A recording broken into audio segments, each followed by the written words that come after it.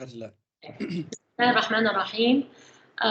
would like to welcome everyone to the OAQHE Capacity Building webinars. Thank you for joining us today. This webinar series offers a platform to gain insights on critical topics of higher education sectors, as well as share good practices among our institutions. We've conducted so far 2 sessions, a session on teaching research nexus and a session on differentiation strategies. Today, we welcome Dr. Aboud Al-Sawafi, who possesses over 24 years of experience in senior management within the higher education sector. I think all of us know Dr. Aboud. Throughout his career, he has demonstrated success in promoting both academic and financial advancements within the institutions he has served. Dr. Aboud has held leadership positions in 5 different universities and colleges, and has also contributed his experience to several national committees.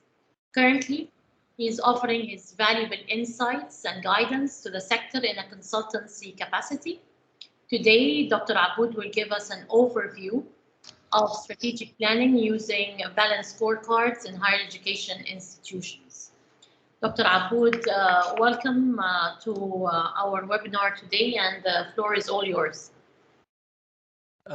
Thank you, Dr. Mona and the colleagues.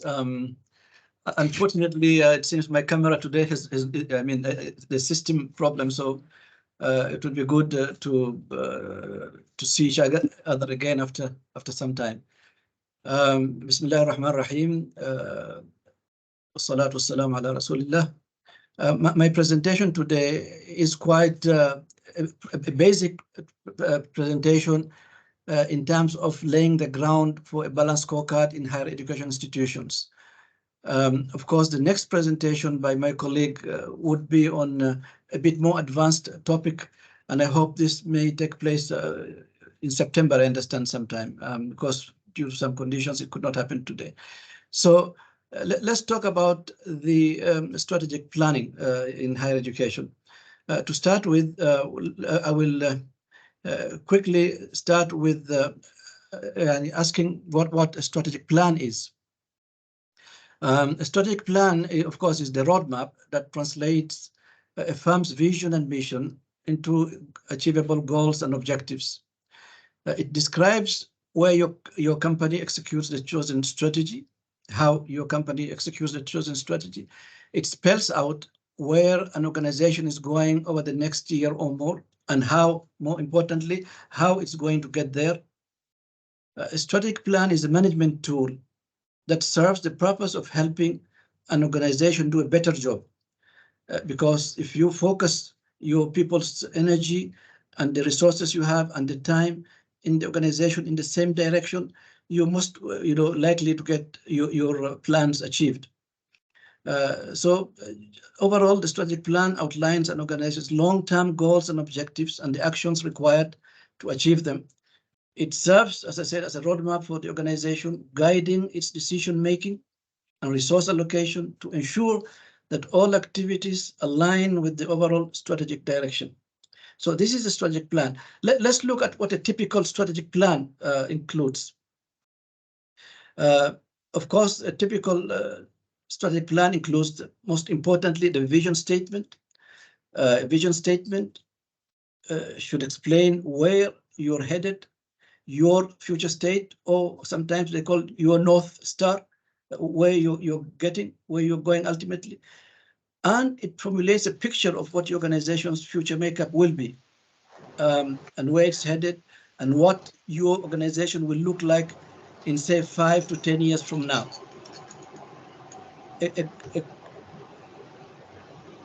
Can somebody switch off the microphone, please? A good vision statement provides a clear and inspiring picture of an organization's desired future state. It tells stakeholders what the organization aspires to become and achieve in the long term. It should create an excitement and it should motivate people. We have seen many vision statements which are bored and they do not really reflect the truth of what needs to be happened. So it should be exciting. It should motivate people to strive for excellence and continuous improvement. It also should be simple in nature. A good vision statement is concise, it's simple, and it's memorable. It uses clear language and is easy to understand and normally to remember. And all the stakeholders, can very quickly, say what their vision statement is. And of course, this is a requirement even when you come to the accreditation of universities and colleges in Oman. The reason I'm spending some time in the vision statement is because it's critical. Once you've done a good vision statement, and of course there are some criteria which we'll not go into now, of how to establish a good vision statement. That will drive everything else. The mission statement, on the other hand, it defines the organization core purpose, why we exist. A good mission statement communicates the fundamental purpose and identity of the organization. It articulates why the organization exists, what it does, and who it serves. Of course, value statements are important as well. I mean, they are guiding principles. They are the culture. They make the culture of the organization. So what you stand for and what you believe in. Good values communicate the fundamental beliefs and principles that guide the behavior and the decision-making of any organization. And they are like a moral compass and provide a framework of how organization and its employees should conduct themselves. SWOT analysis is critical also for a strategic plan. It assesses, of course, we all know, it assesses your strengths, your weaknesses, opportunities, and threats that are strategically important to your organization. But if you do a SWOT analysis and a matrix for SWOT, and it can help you identify the critical success factors that can be implemented. So when we come to discussing strategic objectives, where do you get your strategic objectives from? From your SWOT analysis, including your vision and mission statement, of course. Next are the strategic objectives. For you to be able to connect your vision and mission, your vision and vision, you have to walk the way from mission to vision. What you need to do is you have to implement your objectives, and objectives are long-term, continuous strategic areas that get you moving from your mission until you get your vision. So what are the key activities that you need to perform in order to achieve your vision? Are the objectives. Following the objectives, that's broken into goals or initiatives. When you have an initiative, it converts your strategic objective into a specific performance target. Effective initiatives or goals clearly state what, when, how, and who are specifically measurable. And normally they are 1 year or 2 or 3 years in order to achieve your strategic objective. Next, once you have identified your initiatives or projects, you then have to cascade that to the different units of universities or colleges. So everybody then has got an action to implement in order to be able to achieve the goals and the initiatives. So you need action items and plans then. Also, scorecard. You have to measure and manage your strategic plan. So you have to have key performance measures you can track in order to monitor your road to achieving your goals. Last but not least is the financial assessment. Normally, if you do projects or initiatives, you want to make sure that the estimated revenue from those projections will exceed the expenses, but so otherwise there's no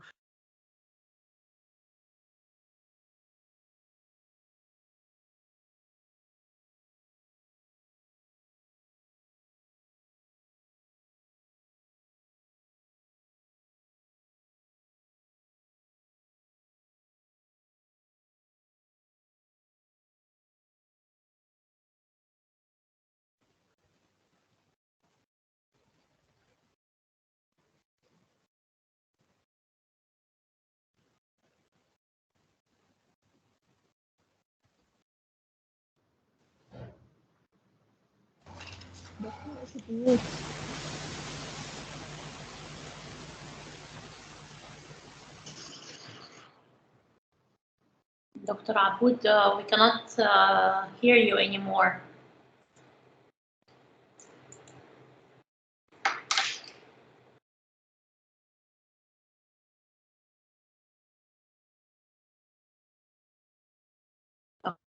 Dr. Aboud.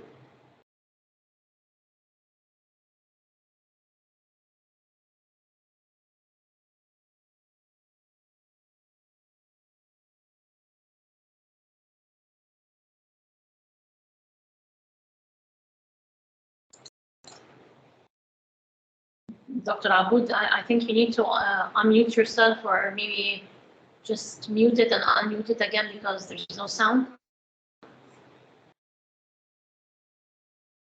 Or choose that you have muted yourself.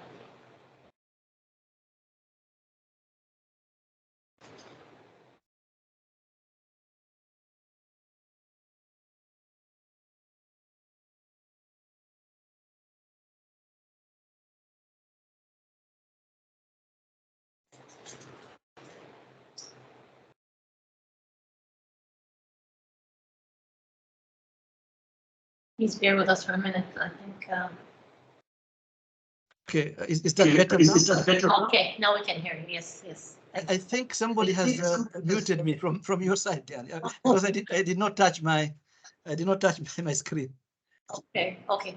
Sorry about that, Sharon. Can you please take care of that? Thank you. Tfadal. All right. So can we go back to this screen? Is it clear now? Yes, it is. It is clear. Tfadal. Right.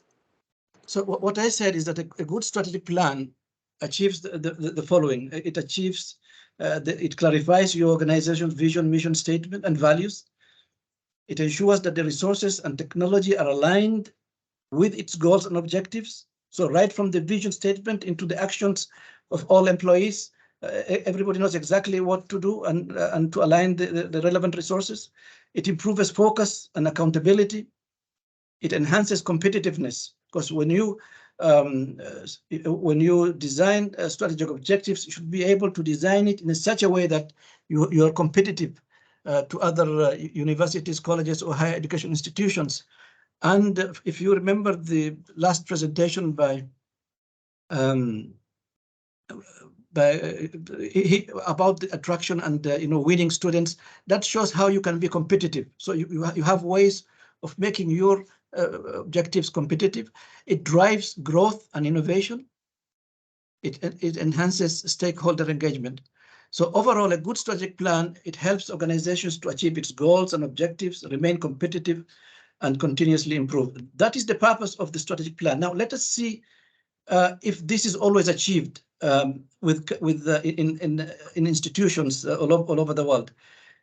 We know that there are some very crucial strategy challenges in many organizations, and these 6 points I put here are some of the research which have been done in seeing what are the top challenges in the executing strategy.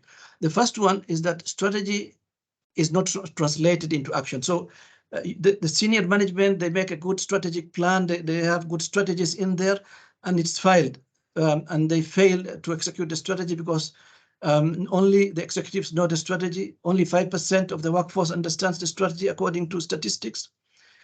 Also, some organizations, they've got progress towards the strategy is not measured, so you don't know how much you have achieved.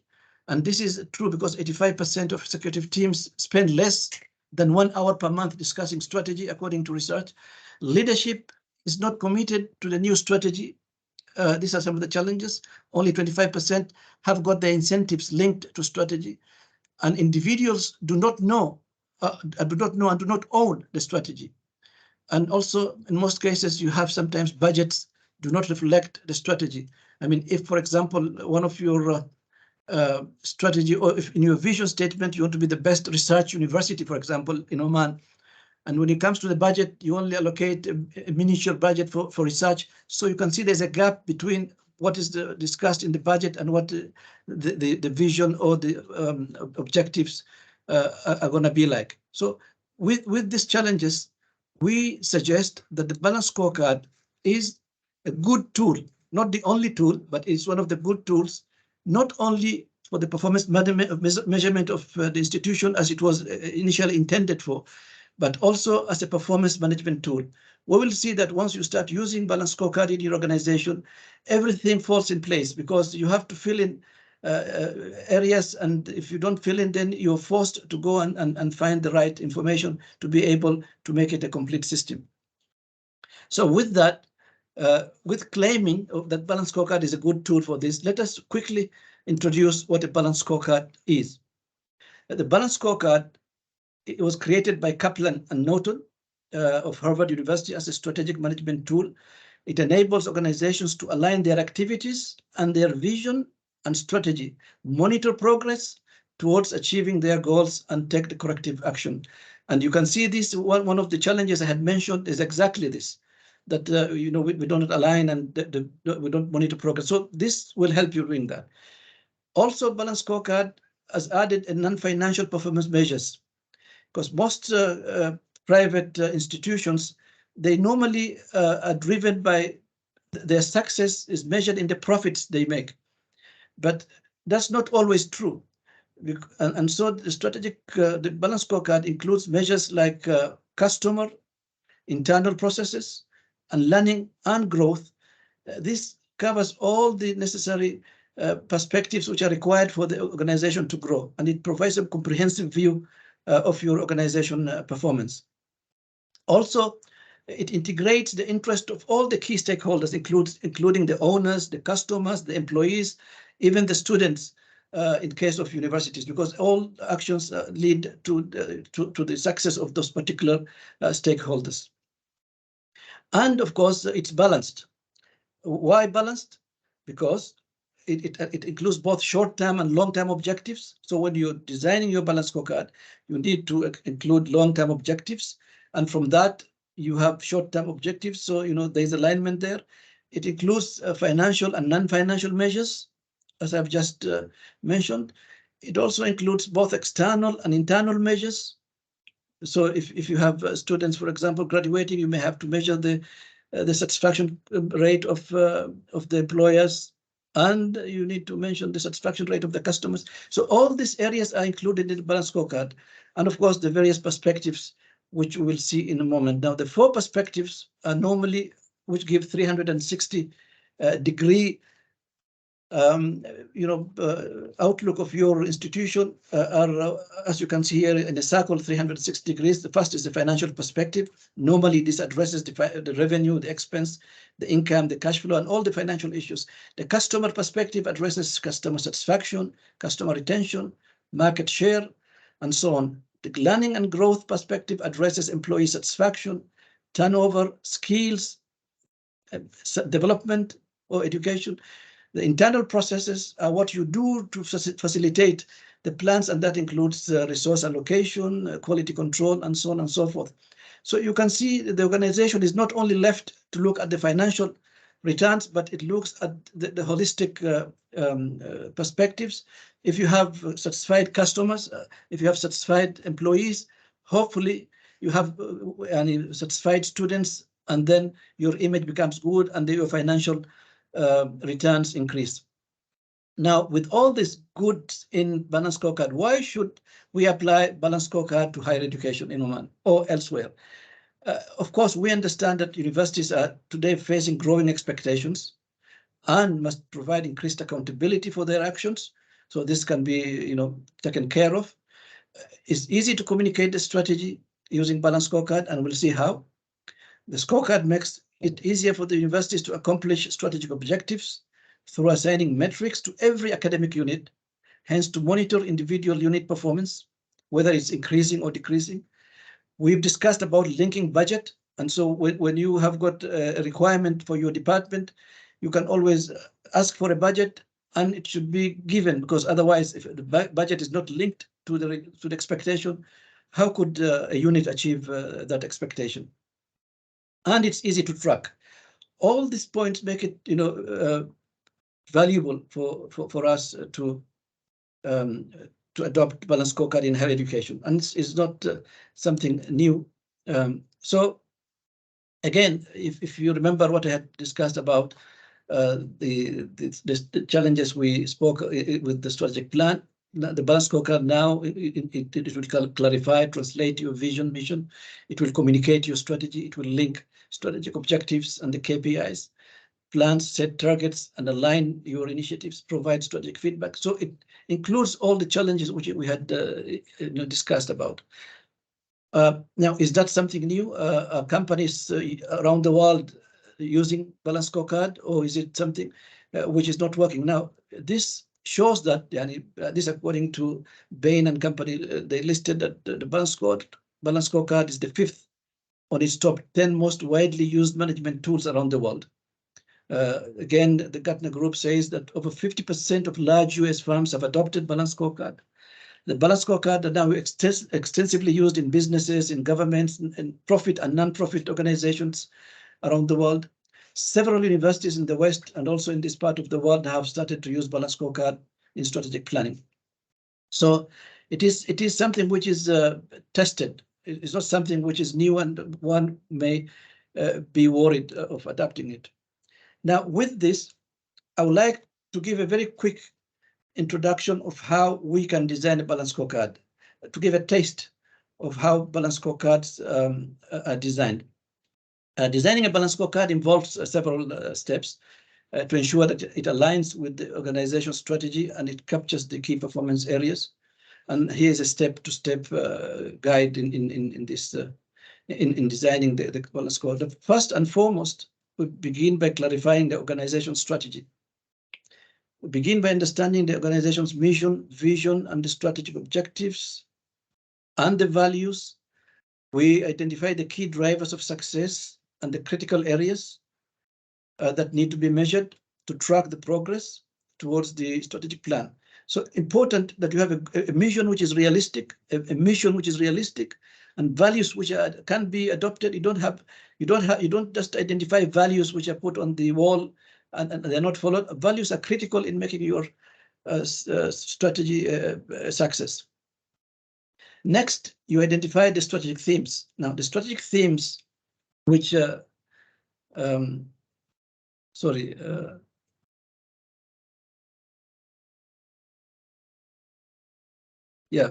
strategic themes we discussed, they're the financial, the customer, internal process, and learning growth. Now, normally the strategic themes are prioritized top bottom according to the nature of the vision and mission you want to achieve. Now, for example, the private companies who are for profit will have the financial theme at the top. But as we said, this is applicable also to non-profit. So, for example, if you have a government university, you don't have financial at the top because they're not looking for profits. You will have financial at the bottom. Then the students will be the top theme which you're working towards. So the balance scorecard can be designed according to your specific requirement with the 4 themes. Next, you select the strategic objectives for each theme. Now, how do you select the strategic objectives? If you remember, I said you get it from the mission, vision statement, but also from your SWOT analysis. You identify the priority ones. Of course, when you do a SWOT analysis and from your vision, you'll have many initiatives which you want to do, many objectives. So you have to prioritize and select what matters most for this term period of the strategic plan, and then maybe in the next period, other objectives could be included as and when required. Next, you identify performance measures. So the KPIs need to be identified for each measure. And we will see a small example of how to do that, a realistic example. These measures should be quantifiable and they should evaluate progress. We choose measures that are meaningful and actionable and aligned with the objectives. And for each key performance indicator, you have to set a target you're wanting to achieve. The target could be a number, could be a percentage, and this is what you're going to achieve ultimately. Following this, number 6, then you have to develop initiatives. For every objective you make, you develop an initiative. Initiatives identify specific projects or activities that will drive the performance of the organization. Also, you can assign responsibilities, timelines, and resource to ensure successful implementation. Then you could create a balanced strategy map. Strategy map is a short story of your strategy. It's something which can be easily distributed to all the staff, and it gives a snapshot of what your strategy, where you're heading, and what matters to your organization in terms of the strategic objectives which you have identified.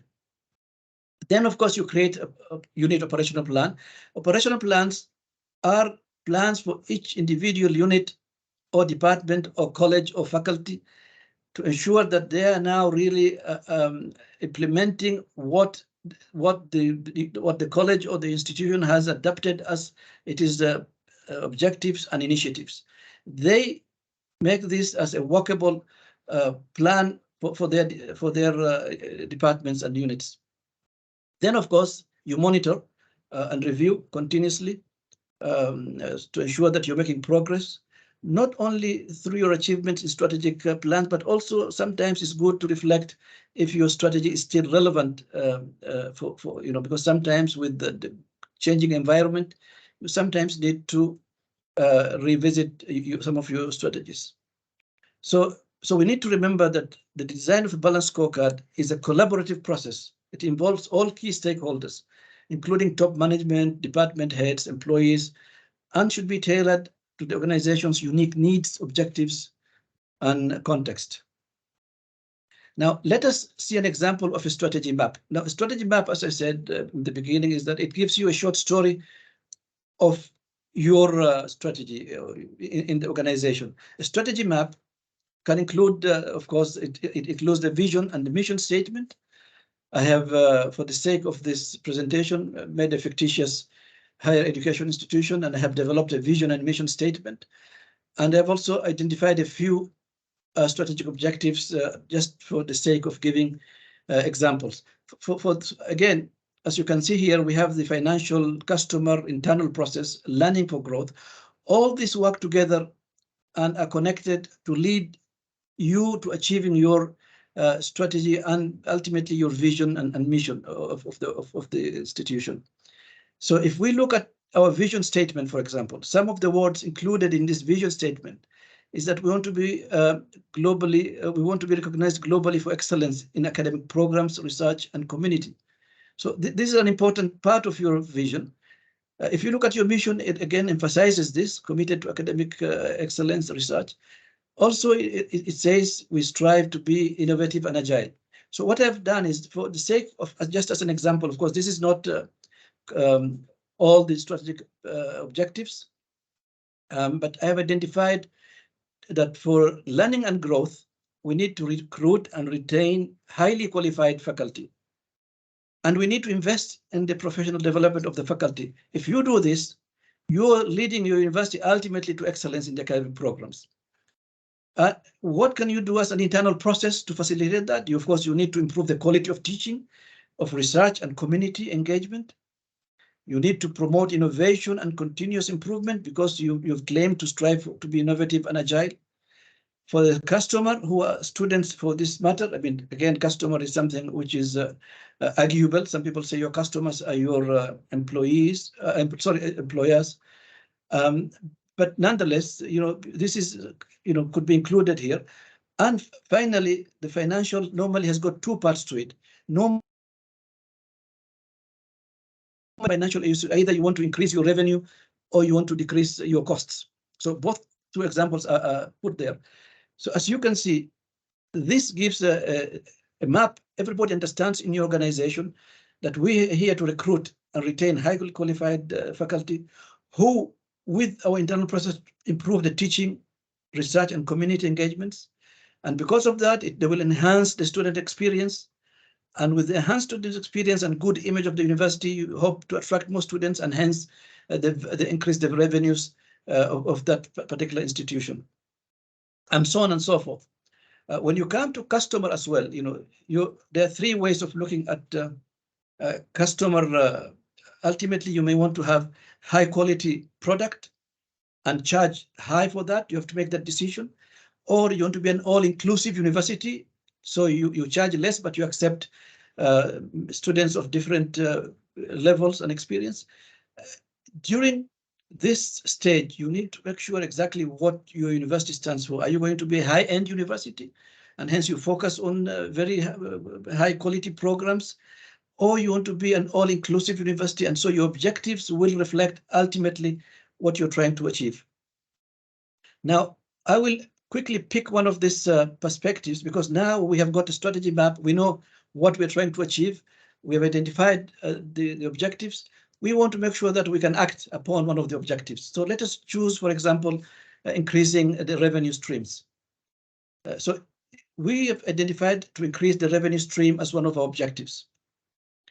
So the KPIs, an example of a KPI for increasing revenue streams could be, we want to increase our mainstream income, which is from the student fees.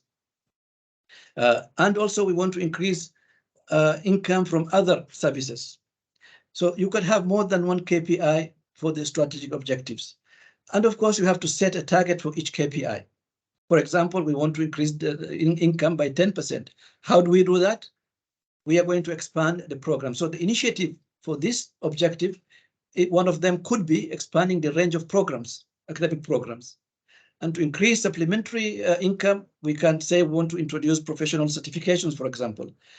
And we set these targets very carefully. We have to look at our, for example, previous history, how we have done previously, and what our targets are.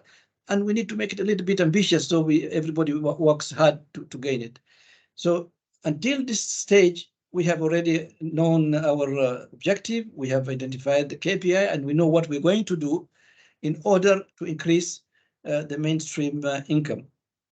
I also want to make this opportunity to discuss a little bit about lag and lead indicators. The lagging and leading indicators. One of the good things in balanced scorecard is you have to select a good combination of lagging and leading indicators. Lagging indicators are indicators which gives you once everything has happened. For example, if you want profits at the end of the year, your profits have been achieved. It's already too late to do anything about it. But lead indicators give you an opportunity to make sure that you're putting in required resources to be able ultimately to achieve your resources. For example, just as an example from my head, if you a lead indicator could be, for example, for you to attract more students, is how much you're investing in your marketing activities.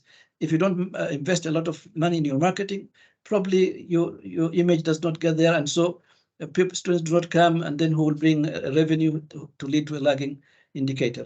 So you need to at least to select a good number of lagging and leading indicators and balance them to be able to achieve your strategy. Now, as I said, until here, we have identified the initiatives. Now we go to operational planning now. And the operational plan is what needs to be done actually in the field, in the department, in the unit to achieve. So you are cascading down to the unit and to the individuals. So for example, you have an engineering college. You're the dean of the engineering college. He reads in your strategic plan that you need to expand the range of academic programs. So what is his responsibility as the dean of engineering, for example? Individual action. He will say, okay, I will introduce the following programs because this is in the market. As an example, BSc in robotics. Dr. Ahmed is a fictitious name again. He is responsible for this. And he will tell you that the budget I need for developing and for all other costs for this program is 20,000 riyals. So you can see how your budget leads ultimately to achieving your strategic plan. This cascading is an important part of the balanced scorecard. So you start with your vision mission, and then you cascade it at the executive level, and then you can cascade it further into management level, and that can be cascaded further into employee or committees level. So everybody knows exactly what he or she is doing to ultimately achieve the strategic plan or the strategy of the institution. Strategic monitoring, of course, is important. As I mentioned, because if you don't review, you don't know whether or not you're getting there, and you don't have a chance to rectify your path. So normally you would have a meeting to discuss the execution and to see whether it's going right or wrong. And also sometimes it's good to have the strategy review committee, which reviews the strategy itself, because with the environment, some things may change, and then you need to adapt accordingly. Now, what I'm going to do next is to see how we ensure that our objectives also meet, because don't forget that we are under the OAAA QA standards, which we need to achieve to be accredited. So one way of ensuring that your strategies in the themes you have identified in the finance, customer, internal process, and learning and growth are also addressing the 8 or the 9 themes of the OAAA accreditation requirements: governance, student learning by research, and so on and so forth.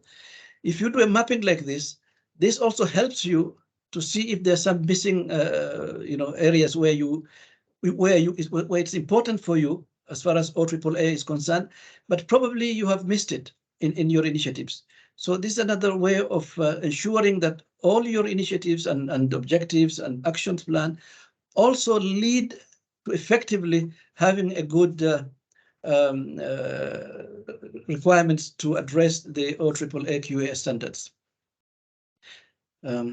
Now, of course, next in action, which is a good thing to have, which you don't really need to have, is to have a dashboard, and there are many dashboards available for this tool. It shows the senior management, how the strategy is going. And if it's visual, you can have red, green, and orange. And when it's green, you know things are going right. And so this is a visual. It will give you a visual status of your achievement, and helps at every moment of time for the senior management to ask questions, what is happening and why it's happening, and whether or not they could be of assistance. In conclusion, we started with having the challenges, if you remember, of strategy. Now, in concluding, what I'm saying here is that now we can see that the challenges we began with have been addressed. The strategy is now translated into action, so everybody knows exactly what he needs to do to achieve the ultimate vision of the university, of the institution.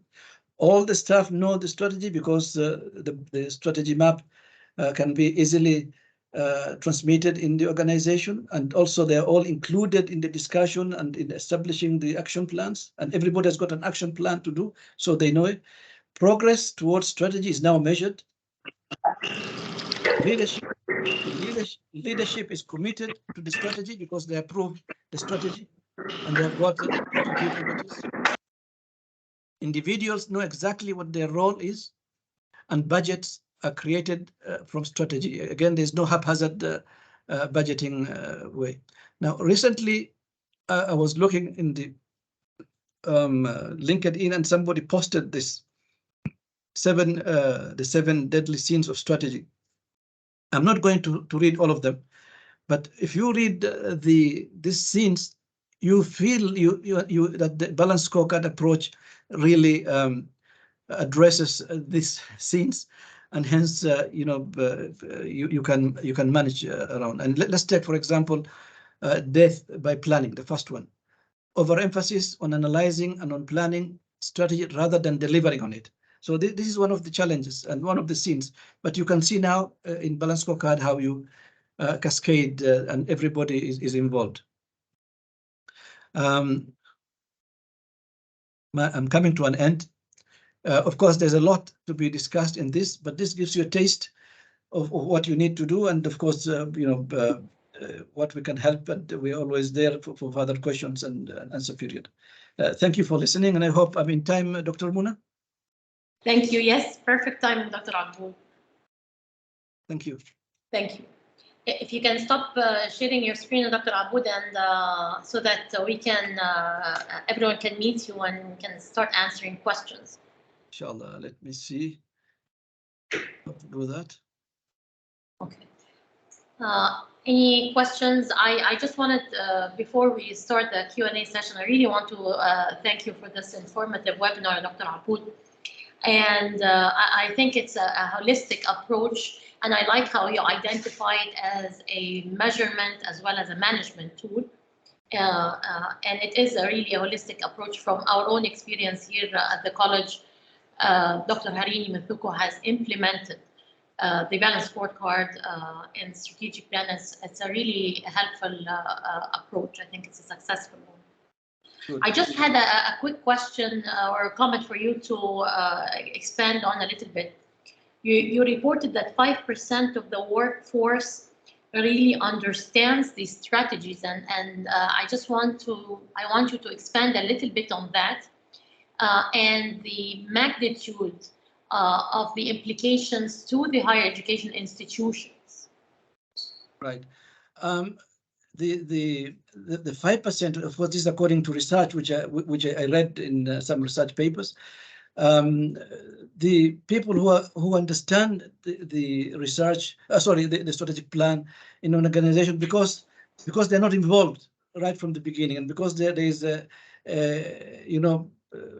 gap between designing and approving of the strategies and implementing the strategies by the individuals.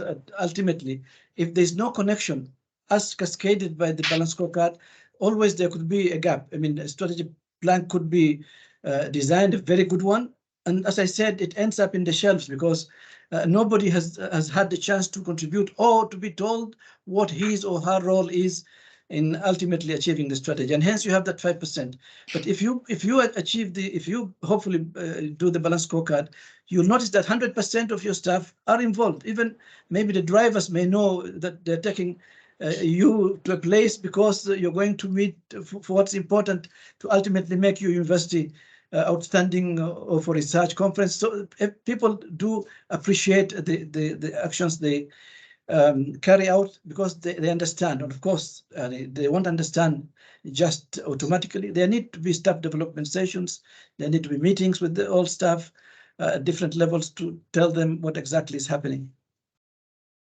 Yes, yeah, I think it's a pitfall that some of us fall into. It's a very important pitfall to warn people of. Any questions? Can anyone, if anyone has any question, they can unmute or raise their hand.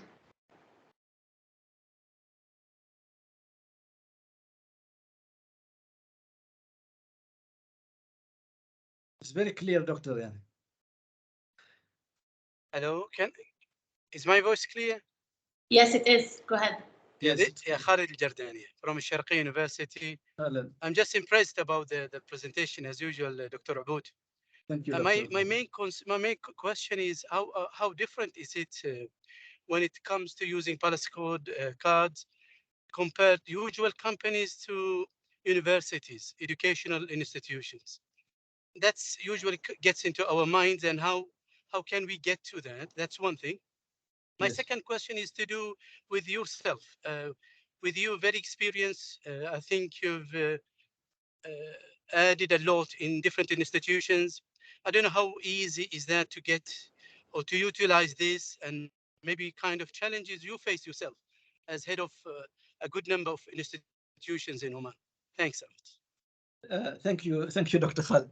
The difference in implementing of course, the strategy, the balance scorecard is not only for universities.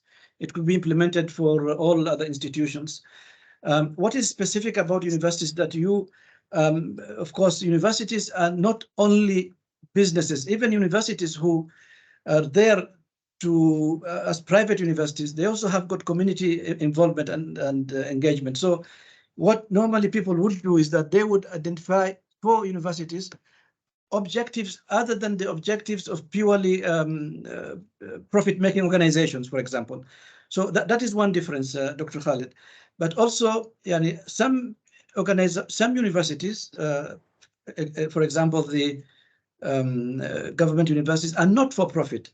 So the approach in the balance scorecard approach for those universities will be different for other companies who are just staying there for profit. So this is some of the differences between uniqueness between the higher education institutions.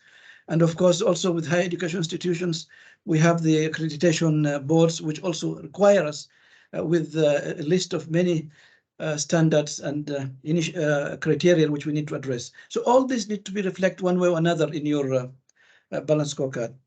Also, regarding your second question about what challenges we faced, I mean, the biggest challenge we faced, of course, is to get the message across.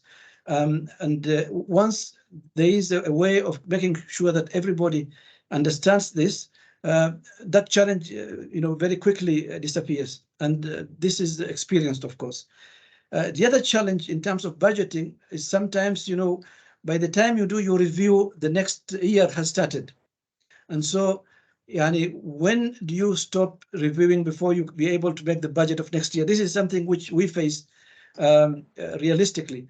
And I think one way of doing that is that, before you close for the year, you would have almost 70%, 75% of your actions done. So you could tell to a good degree of how your budget would look for next year. And then that can be a little bit corrected once the new academic year starts. But it's very logical, Dr. Khalid, and it just falls in place. And if it's done well, it just falls in place and everybody gets involved. Thank you, Dr. Aboud. There's a question by Dr. Abdul Wahid in the chat, and he asked, what's the difference between the balanced scorecard and the KPIs? Well, balanced scorecard has got KPIs in it. I mean, one of the things we use in balanced scorecard is the key performance indicators to identify what you're going to do, how you're going to measure your objectives. So the balanced scorecard is the holistic approach, and KPI is one element of the balanced scorecard, which keeps you track in ensuring that whatever objectives you have set out to achieve are measurable, and you know what exactly you're going to measure, and the target gives you the specific amount of what needs to be achieved. Yeah. I don't know if I'm clear or not, but generally that's it. Part of the balanced scorecard. Yes. Any other questions or comments?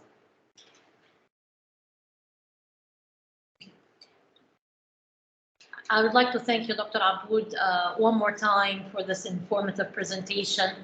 And I would like to thank, of course, our attendees for joining us today. And I hope that you're leaving us with some key takeaways to implement in your own institutions. And if you have any further questions, I'm sure you can contact Dr. Aboud through his contacts. Please allow me, though, to remind you of two final sessions that we will have this academic year. One on June 15th at the Scientific College of Design. We'll have a face-to-face presentation by Dr. Margaret Cameron, and she will talk to us about the OQF listing, challenges and benefits. This is not going to be an OQF training program, so this is different than the one she will be conducting with the OAAA QA as a training for the OQF. This session, we've asked her to give us, based on the pilot studies and the 11 institutions that they worked with during the pilot study, to give us challenges, pitfalls that people, that institutions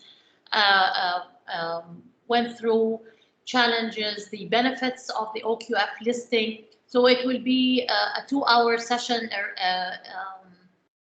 intensive presentation, a very close, detailed look into the OQF listing process, challenges, tips that she will have for us.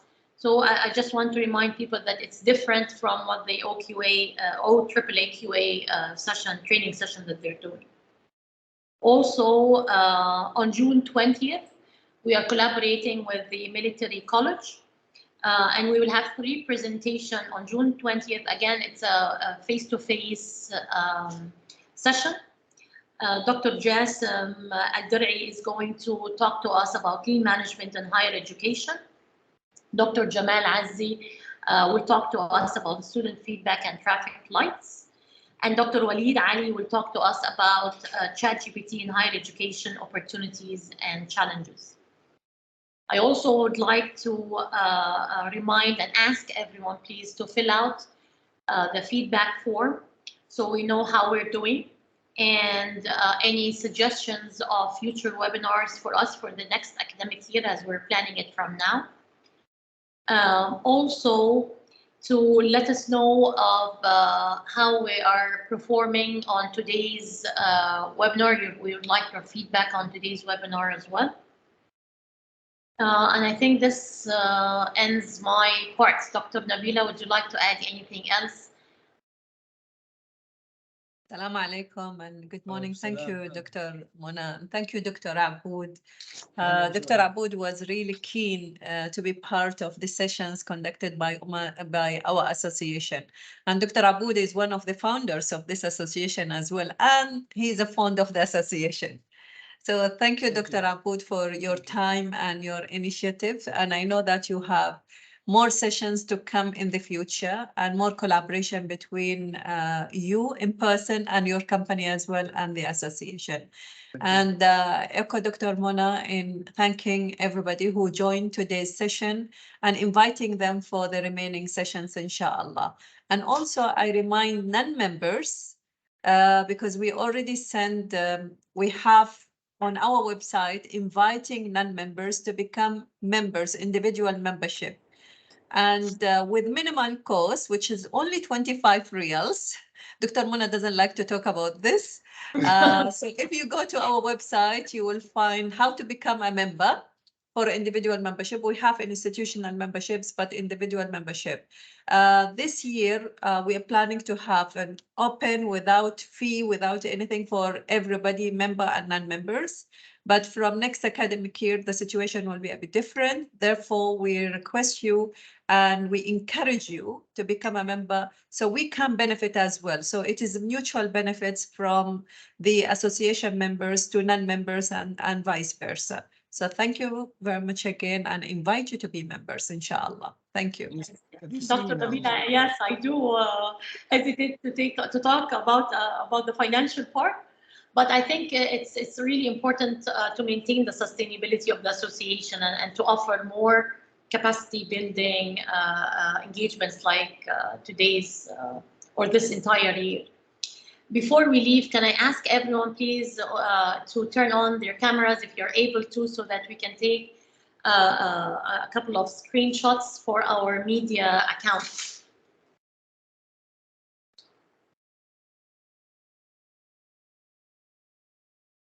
Just let us give us a couple of seconds so we have more smiley faces, and then we can take a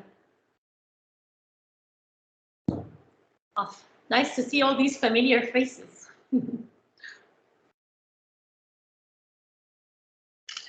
Dr. Aboud, you still the camera on? والله ما يجوز كذا يعني حرام عليك. Oh Allah.